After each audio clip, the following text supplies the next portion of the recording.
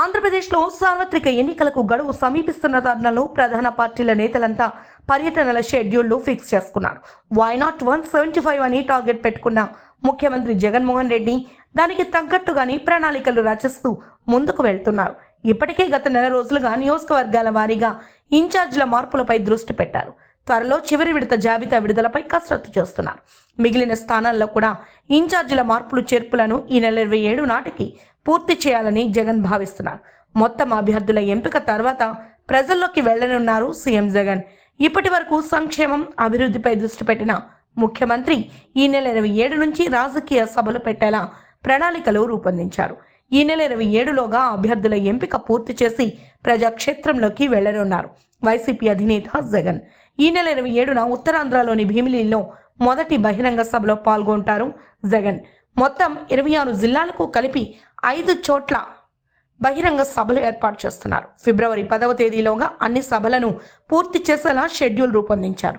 ఎన్నికల ప్రక్రియలో party cadre కీలక పాత్ర పోషిస్తారు. అందుకే కేడర్తో సమావేశాలు ఏర్పాటు చేసి వారిపై ఎన్నికలపై దిశానిర్దేశం చేయనున్నారు సీఎం జగన్.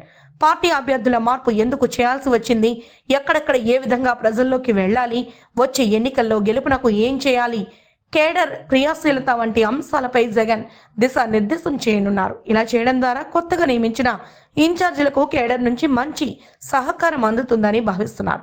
ఈ నెల 27 నుంచి 3 రోజుల పాటు రాకదలిన రెండో షెడ్యూల్ ప్రారంభంగానుంది. 27, 28, 29 6 నియోజకవర్గాల్లో సభలుంటాయి.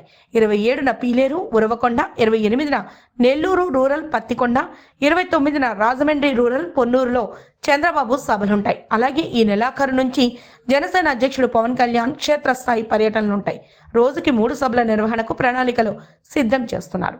మొత్తం 5 జోన్లుగా విభజించుకుని ప్రచారం నిర్వహించాలని నిర్ణయించారు.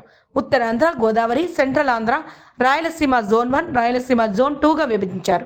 ఎన్నికల కార్యక్రమాల కోసం 191 మందితో కమిటీలను కూడా ఏర్పాటు చేశారు.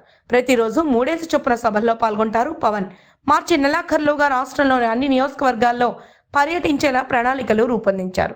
అటు AP PCC chief YS Sharmila ఇప్పటికే క్షేత్రస్థాయి పర్యటనలకు శ్రీకారం చుట్టారు. వైఎస్ షర్మిల చేపట్టిన జిల్లాల పర్యటన ఈ నెల 31న కడప జిల్లాలో ముగుస్తుంది.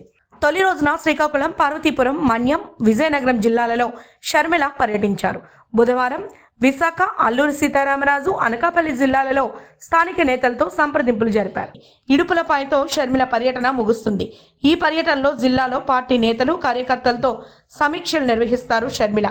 ఆయా జిల్లాల్లో పార్టీ పరిస్థితి ఎలా ఉంది, పార్టీని బలోపేతం చేసేందుకు ఎలాంటి చర్యలు చేపట్టాలి అనే అంశాలపై చర్చిస్తారు.